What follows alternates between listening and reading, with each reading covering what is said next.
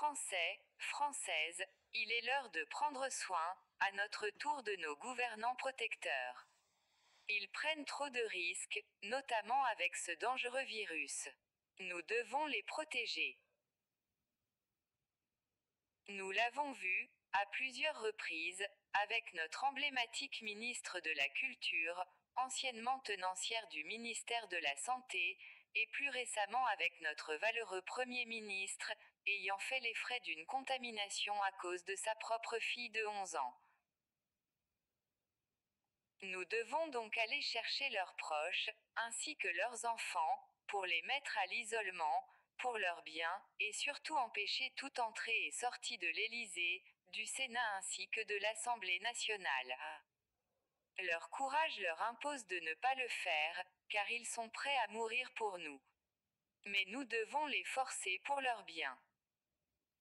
En les isolant du danger, et de leur famille, nous pourrons ainsi nous assurer qu'ils ne se privent pas de doses vaccinales, par pure générosité. Il en va de la sûreté de la nation. Nous devons nous assurer qu'ils bénéficient de leurs 4 doses de Pfizer, de leurs rappels vaccinaux pour la grippe, et qu'eux et toute leur famille bénéficient d'une couverture vaccinale optimale.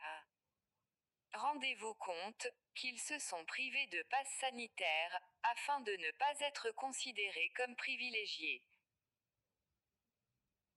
Il sera nécessaire en ces temps tumultueux, de nous assurer qu'un traitement préventif de remdesivir leur soit administré en amont, afin d'être certain de nous garantir une élite, en totale capacité de gouvernance. Il est évident que le couple présidentiel doit bénéficier d'un traitement plus particulier, afin de ne pas ternir l'image de la France.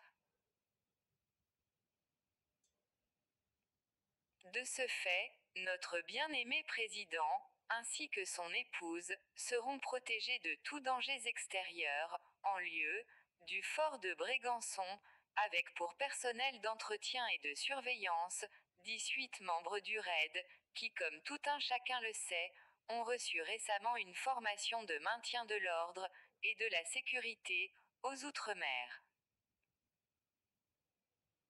Chers compatriotes, je ne doute pas de votre entière dévotion et collaboration, afin de mener à bien cette tâche, qui, j'en suis sûr, sera exécutée avec la rigueur et le sérieux de ce que la France reflète sur le continent européen et dans le monde.